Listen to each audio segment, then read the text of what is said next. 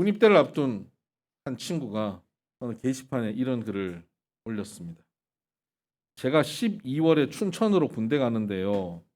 춘천은 장비가 열악해서 총을 사서 들어가야 된다고 옆집 형이 그랬거든요. 춘천 훈련소 갔다 오신 분은 총 어디서 사야 되는지 말 좀 해주세요. 그리고 가격은 얼마 정도 하는지도요. 그랬더니 댓글들이 정말 놀랍습니다. 울 우리 옆집 사는 형은 전투기 유리창 딱딱 깨트렸다고 30만 원 붙여달라고 했는데 나는 공군 갔다 왔는데 KF-16 사느라 죽는 줄 알았어.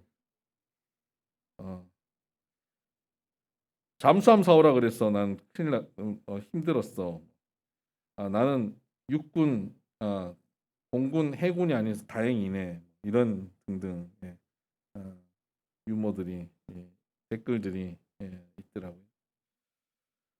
나라를 위해서 사명을 감당하겠다고 군에 가는 사람들은 먹을 거 다 해결해주고 장비 다 해결해주는 것이 당연한 겁니다.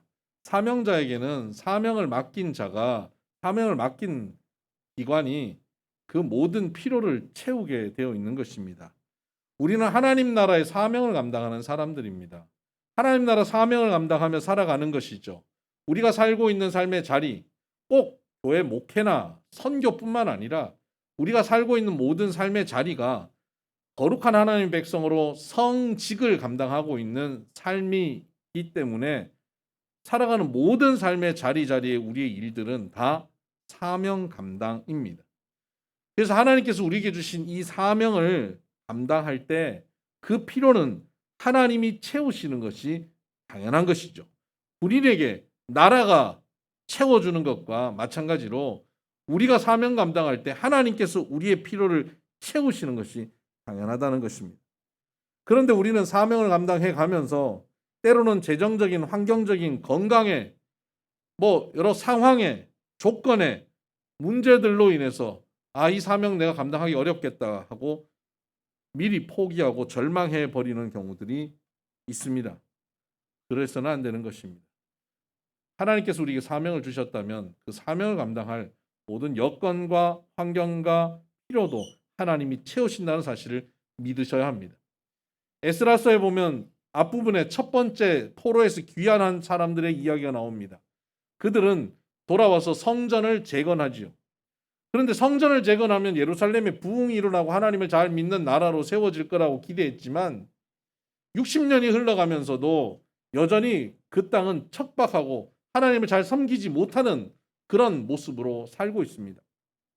아마도 그 소식이 바벨론, 지금은 이제 페르시아로 나라가 바뀌었지만 그 페르시아 바사에 살고 있던 에스라와 그 주변 사람들에게 들린 것입니다. 그들의 어려운 형편들, 그들의 하나님을 제대로 믿지 못하는 상황들이 에스라의 마음을 두드립니다. 그리고 그것은 에스라를 향한 하나님의 사명으로 들려진 것입니다.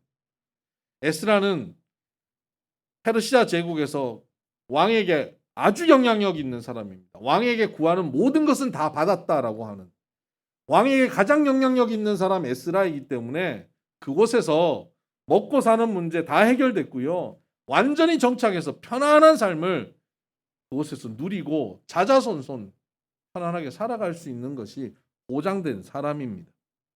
그런데 그는 예루살렘으로 가야겠다는 사명감이 생긴 것입니다. 여기 있는 안정된 삶을 포기하고 불안전한 두려움과 염려가 있는 미래가 보장되지 않는 예루살렘을 향해서 가겠다고 그는 사명을 가지게 됩니다.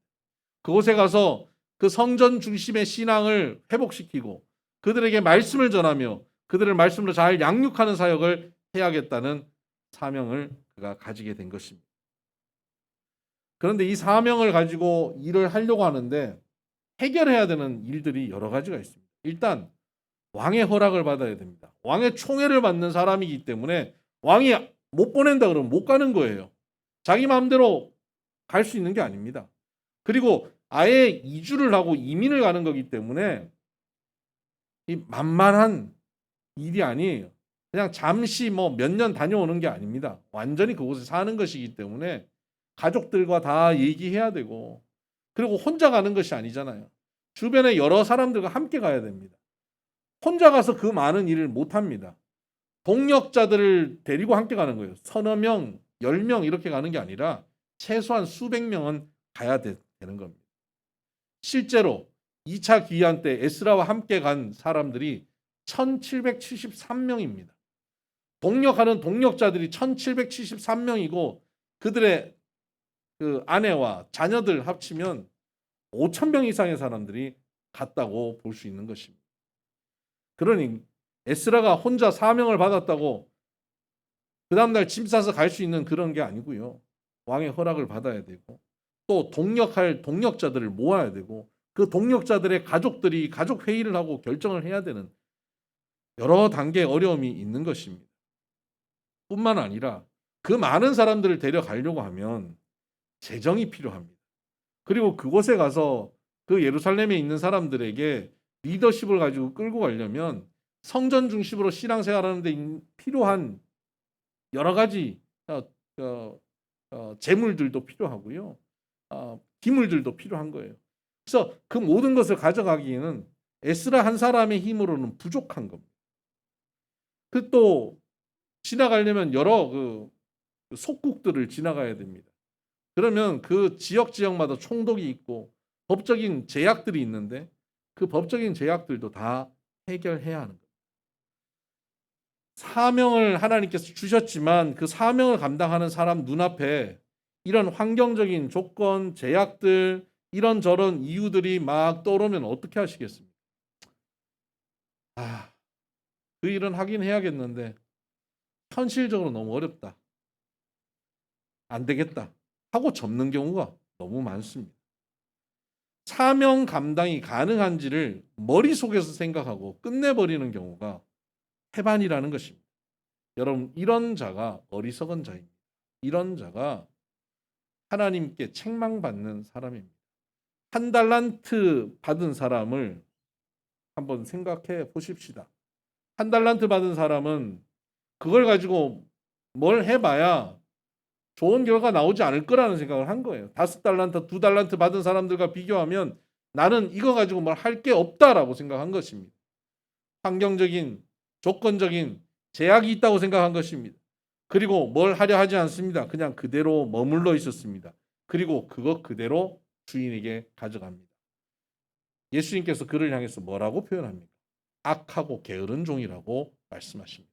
여러분, 우리에게 사명이 주어졌음에도 불구하고 그 사명을 감당하는데 조건과 환경이나 여러 가지 내 능력의 한계를 바라보며 그저 주저앉아 있다면 그 사람은 악하고 게으른 사람인 것입니다. 조건과 상황과 우리가 갖고 있는 한계는 사명을 주신 하나님께서 해결하여 주실 문제입니다. 군에 들어가면 그에게 모든 군수품은 나라에서 지급하듯 우리가 사명을 감당한다고 하면 그 필요는 하나님이 다 지급하시고 보급하게 되어 있는 것입니다. 사명자에게는 하나님의 이 보급하심의 손길이 나타나는 것입니다. 오늘 9절을 한번 보십시다. 9절, 첫째 달 초하루에 바벨론에서 길을 떠났고 하나님의 선한 손에 도우심을 입어 다섯째 달 초하루에 예루살렘에 이르니라. 이들이 첫째 달, 그러니까 우리말로 하면 1월 1일입니다. 1월 1일 날 출발해서 5월 1일 날 도착했다는 겁니다. 넉 달 걸려서 간 것입니다. 1500km 정도 되는 거리를 1773명, 남녀 어린이 다 합치면 5000명 이상의 인원이 넉 달 동안 걸어서 가는 너무 힘든 여정입니다. 그렇게 걸어갔습니다. 출발과 도착, 1월 1일, 5월 1일 출발과 도착이 나오고 그 사이에 뭐가 나옵니까? 하나님의 선한 손에 도우심을 입어가 나옵니다. 출발과 도착, 사명을 감당하는 시작과 끝, 그 사이에는 하나님의 선한 손에 도움이 있는 것입니다. 여러분, 하나님께서는 우리에게 사명을 주시면 그 사명을 감당하겠다고 서는 사람의 출발과 끝 사이에 하나님의 선한 손에 도우심으로 채우시는 분이심을 믿으시길 바랍니다.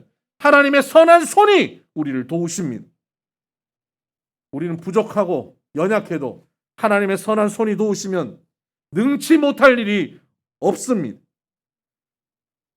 우리 아까 찬양했습니다. 능치 못한 것 주께 없으니 나의 일생을 주께 맡기면 나의 모든 짐 대신 지시는 주의 영원한 팔 의지해 주의 영원하신 팔 함께 하사 항상 나를 붙드시니 어느 곳에 가든지 요동하지 않음은 주의 팔을 의지함이라. 어느 곳에 가든지 요동하지 않는 것. 우리에게는 능치 못할 일이 많지만 주님께는 능치 못함이 없습니다. 그런 우리가 요동하지 않고 갈 수 있는 것은 주의 선한 손이 우리를 지키시기 때문입니다. 주님의 선한 손이 여러분을 붙잡으시고 돕고 함께 하신다는 사실을 반드시 기억하시고 사명의 자리 앞에서 주저하지 않기를 주의 이름으로 축복합니다. 에스라가 그렇게 주님을 바라보며 주님의 선한 손이 도우심을 믿고 그는 사명을 감당하기로 결정한 것이죠. 그리고 그가 그 일을 감당하기 위해서 왕에게 요청을 합니다. 왕이 도와야만 가능한 것입니다. 그런데 이것은 이 왕이 도우면 가능한 것이 아니라 하나님이 하시면 가능한 것인데 하나님께서 왕을 통하여 도움을 주신 것입니다. 만약에 왕이 돕지 않으면 어떻게 될까요? 하나님께서는 왕의 손길 아닌 또 다른 손길을 통해서 도우실 겁니다. 에스더서에 보면 모르드게가 에스더에게 얘기합니다. 네가 지금 그 자리에 있는 것이 이때를 위함이 아니냐. 그러나 네가 여기서 나서지 않으면 하나님께서는 다른 길을 통하여 우리를 구원하여 주실 것이다. 라고 말씀하시죠. 하나님께서 하시는 거예요. 아닥사스다 왕이 도왔기 때문에 이 일이 이루어지는 게 아닙니다. 하나님이 도우시면 이루어지는데 아닥사스다 왕이 순종하여서 왕의 손을 통하여서 이 일이 이루어지고 있는 것입니다. 에스라는 왕에게 요청하였고 왕은 요청하는 것을 다 들어주었다라고 말씀하고 있습니다. 왕이 어떻게 구체적으로 도왔는지 그 왕이 내리는 조서에 보면 명확하게 나와 있습니다. 하나님의 사명을 감당하는 자를 하나님께서 어떻게 도우시는지를 한번 보십시다. 13절입니다. 조서를 내리노니 우리나라에 있는 이스라엘 백성과 그들 제사장들과 레위 사람들 중에 예루살렘으로 올라갈 뜻이 있는 자는 누구든지 너와 함께 갈지어다. 누구든지 함께 가라. 라고 동력자를 모으는 것을 적극적으로 후원합니다. 동력자들을 모읍니다. 1773명이 모입니다. 또 15절을 보십시다. 왕과 자문관들이 예루살렘에 거하시는 이스라엘 하나님께 성심으로 드리는 은금을 가져가고 또 내가 바벨론 온 도에서 얻을 모든 은금과 및 백성과 제사장들이 예루살렘에 있는 그들의 하나님의 성전을 위하여 기쁘게 드릴 예물을 가져다가 왕과 자문관들 그리고 페르시아의 각 성에서 하나님께 드리겠다고 내놓는 모든 예물을 다 가져가라는 겁니다. 페르시아 전체가 돈을 모아서 이 성전에 가서 예배 드릴 수 있도록 재정적 후원을 하는 겁니다. 하나님도 잘 모르는 사람들. 얼마나 많은 재정이 필요하겠습니까? 그것을 왕이 적극적으로 돕습니다. 뿐만 아니라 18절을 보면 그 나머지 은금은 너와 너의 형제가 좋게 여기는 일에 너희 하나님의 뜻을 따라 쓸지라. 남은 거 회수가 아니에요. 남은 거 너희가 알아서 써라 하고 다 재정적인 모든 것을 열어주고 이 재정적으로 후원하는데 여기서 끝나지 않습니다. 20절을 보십시오. 그 외에도 내 하나님의 성전에 쓰일 것이 있어서 내가 드리고자 하거든 무엇이든지 궁중 창고에서 내다가 드릴지니. 너 필요한 거 있냐? 저기 궁중 창고 가서 열어서 너 원하는 대로 다 가져가. 여러분 이마트 가셔서 여러분 원하는 대로 다 가져가세요. 오늘. 그거보다 더한 것을 얘기하고 있는 거예요. 궁중 창고에서 원하는 거 다 가져가라. 여기서 끝나지 않습니다. 22절을 보십시다. 21절부터 보겠습니다. 나 곧 아닥사스다 왕이 유브라데 강 건너편 모든 창고지기에게 조서를 내려. 창고지기에게 조서 내립니다. 그러니까 예루살렘과 가까이 있는 모든 성에 있는 창고지기 조서를 내립니다. 에스라가 너한테 얘기하는 건 신속히 시행하라는데 시행하는 내용이 뭐냐면 22절. 은은 100달란트까지, 밀은 100고르까지, 포도주는 100밭까지, 기름도 100밭까지 하고 소금은 정량 없이 하라. 창고지기에게 이만큼 에스라가 원하는 대로 주라는 겁니다. 이 단위가 좀 어려워서 우리가 피부에 와닿지 않는데요. 포도주만 좀 설명해드리면 포도주 100밭 이것을 계산하면요. 800만 리터. 800만 리터 그러니까 안 와닿죠. 8,000톤. 포도주 8,000톤. 원하는 대로 포도주 8,000톤을 가져라. 소금은 어떻게 해요? 정량 없이. 소금은 백지수표다. 여러분 백지수표 받아보셨어요? 소금 백지수표. 하나님의 선한 손의 도우심이 이와 같습니다.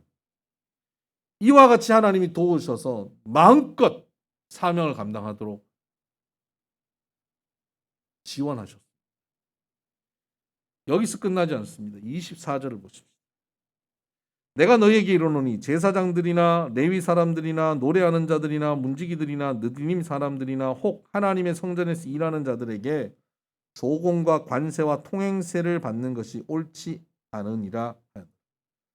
성전에서 일하는 모든 사람들, 에스라의 이 사역에 동참하는 사명자들 세금 내지 마라 하는 거. 어떤 세금도 다 내지 마라. 면세입니다.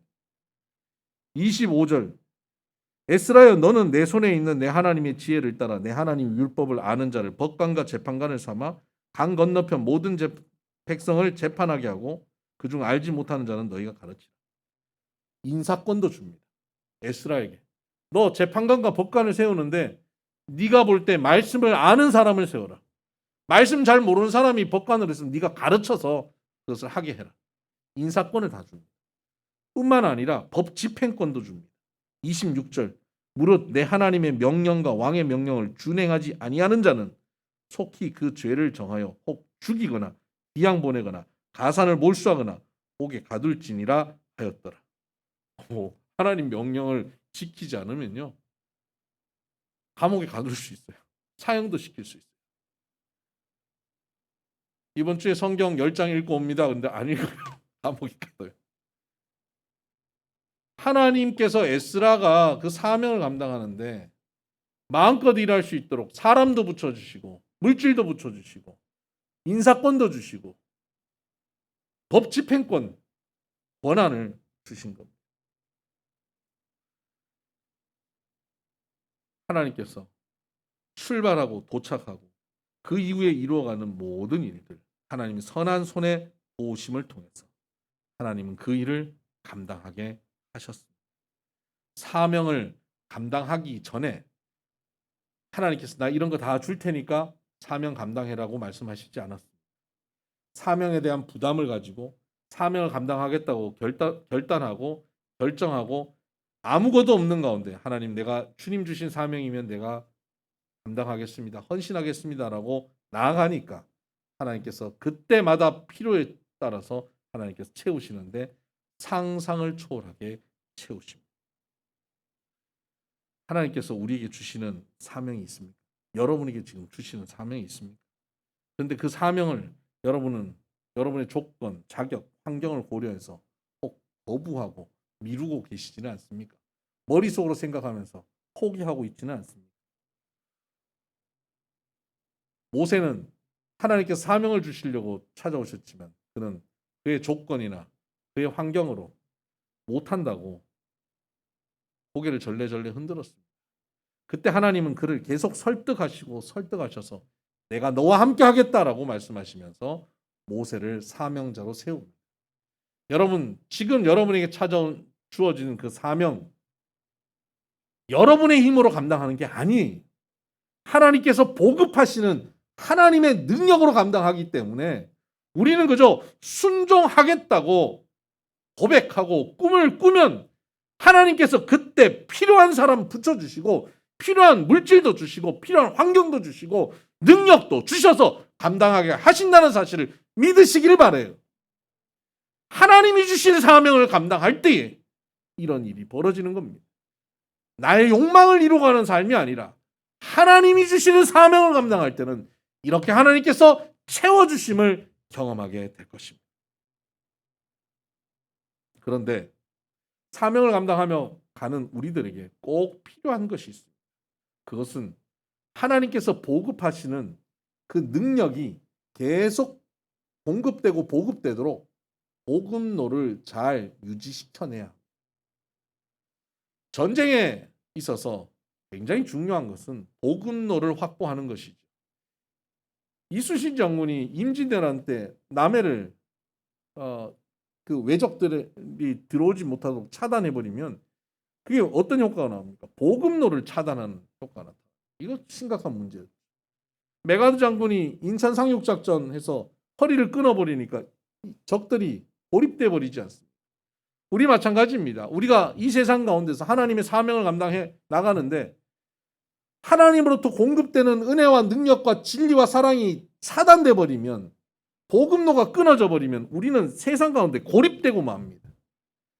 사명을 감당해야 되겠는데 하나님으로부터 능력이 공급되지 않고 지혜가 공급되지 않으면 우리는 그것을 감당할 수가 없는 것이죠. 복음로가 잘 확보되어 있어야 돼요. 근데 어떤 사람이 이 복음로를 잘 확보하고 있느냐? 에스라 같은 사람이 이 복음로를 완벽하게 확보하고 있는 사람이, 어떻게 에스라는 그 복음로를 완벽하게 확보하고 있었는가를 본문을 통해서 좀 팁을 발견하자면 7장 6절을 한번 보십시다.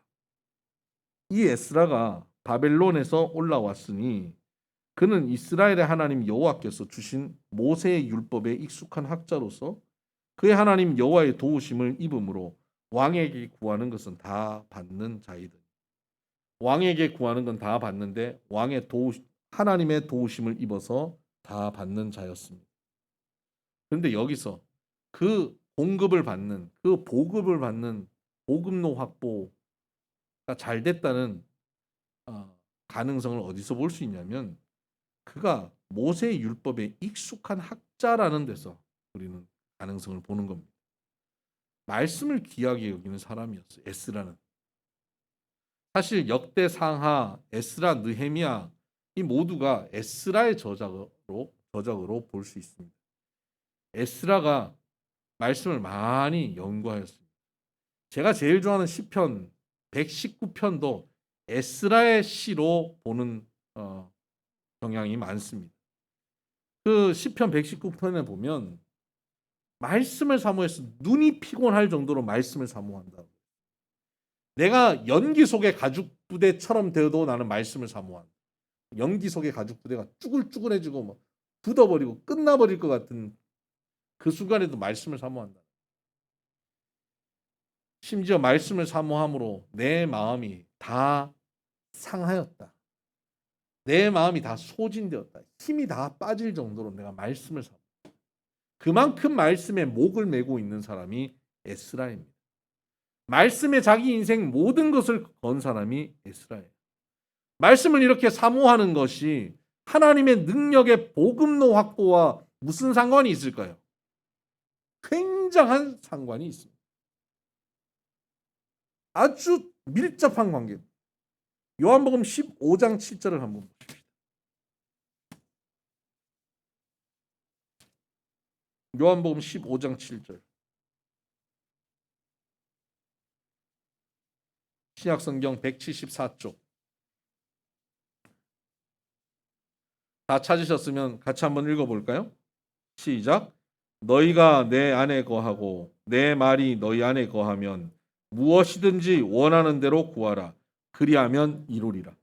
무엇이든지 원하는 대로 구하라. 그리하면 이루리라. 복음이 마음껏 된다는 거예요. 하나님으로부터 무엇이든지 원하는 대로 구하면 복음로가 확보돼서 마음껏 보급되어진다는 얘기입니다. 그런데 그 전제가 있죠. 너희가 내 안에 거하고 내 말이 너희 가운데 거하면. 우리가 주님 안에 거하는 것, 즉 주님의 말씀이 내 안에 거하는 것을 얘기합니다. 어떻게 하는 것이 주님 안에 거하는 것이죠? 주님의 말씀이 내 안에 거하는 것이 주님 안에 거하는 것입니다. 이렇게 되는 전제가 있을 때 무엇이든지 원하는 대로 구하면 다 받는 겁니다. 복음로가 완전히 확보되는 겁니다. 말씀을 사모하는 사람, 그의 삶은 하나님의 복음로가 완벽하게 확보되는 사람입니다.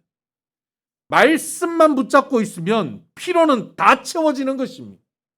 그래서 사단이 예수님을 시험하면서 돌로 떡덩이를 만들어라 그럴 때 예수님이 뭐라고 말씀하십니까? 기록되었으되 사람이 떡으로만 살 것이 아니요 하나님의 입에서 나오는 하나님의 말씀으로 살 것이라고 선포하십니다. 여러분, 떡이 필요한 때에 말씀을 붙잡으면 살 수 있습니까? 굶어 죽을 것 같죠. 현실은 굶어 죽을 것 같은데 말씀을 붙잡으면 살 수 있습니다. 여러분, 현실적인 문제 앞에서 말씀만 붙잡으면 그 문제를 해결할 수 있습니까? 어느 분이 그러죠. 교회 가면 뭐 떡이 나오냐, 밥이 나오냐. 그래요. 말씀을 붙잡으면요, 떡도 나오고 밥도 나와요. 받잖아요. 말씀을 붙잡고 있다는 은금이 가득해지고 소금 백지수표를 받는 걸 받지 않습니까? 말씀만 붙잡으면 내 욕심을 채우는 것이 아니라 사명을 감당하기 위하여 필요한 모든 것을 하나님께서 채우신다는 사실을 기억하시길 바랍니다. 말씀만 붙잡고 말씀에 우리의 모든 것을 쏟아서 나아갈 수 있게 되기를 바랍니다. 그런데 말씀을 이렇게 붙잡고 하나님의 복음로가 확보돼서 한없는 하나님의 능력과 사랑과 지혜와 풍성함이 공급되어질 때 주의해야 될 게 있습니다. 성경에 있는 많은 사람들이 이렇게 하나님이 공급하시는 능력, 사랑, 풍성함을 경험하다가 공급하시는 그 하나님과의 관계, 말씀은 점점 잊어버리고 공급되어진 그 많은 풍성함에 빠져버리는 경우들이 있습니다. 대표적으로 솔로몬이 그렇죠. 처음에 하나님을 온전히 신뢰하고 믿고 걸어가다가 너무 많은 것이 공급되니까 그것 붙잡고 그것 유지시켜 보려고 정략 결혼하고 우상 숭배하고 살았지 않습니까? 그것으로 어려움을 겪게 되는 것이거든요. 우리가 처음 하나님 사명 감당하기 위해서 하나님 붙잡고 나가다가 하나님께서 우리의 필요를 채우세요. 이것저것 채우시고 풍성해져요. 여유로워져요. 그 속에서 우리는 여유로워지고 풍성해지면 그 속에 계속 머물고 싶어요. 안정을 추구해요. 하나님께 기도하고 그때그때 받는 것은 불안해서 못 사는 거예요. 쌓아놓고 그 물질의 안정감 속에서, 환경의 안정감 속에서 살고 싶은 거예요. 그걸 추구하려고. 에스라는 하나님이 주시는 많은 것을 준비하고 출발하기 직전에 그가 뭘 깨닫냐면, 야, 왕에게 이것저것 다 구해서 다 받았는데 결정적인 걸 구하지 않았다는 걸 깨달아요. 여기서 1500km를 가야 되는데 1500km가 1500km를 가야 되는데 중간에 도적대도 나타날 거고 우리가 수많은 은금을 가져오니까 이 적들의 공격을 받을 수도 있고 위협도 있고 아이들도 데리고 가요. 경호 인력이 반드시 필요하다는 걸 그제야 깨닫습니다. 그런데 그러면 왕에게 구하면 다 받으니까 왕에게 가서 군대 좀 붙여달라고 요구하면 되겠지요. 근데 그가 이렇게 말합니다. 8장 보십시다. 8장 22절입니다. 이는 우리가 전에 왕에게 아뢰기를 우리 하나님의 손은 자기를 찾는 모든 자에게 선을 베푸시고 자기를 배반하는 모든 자에게는 권능과 진노를 내리신다 하였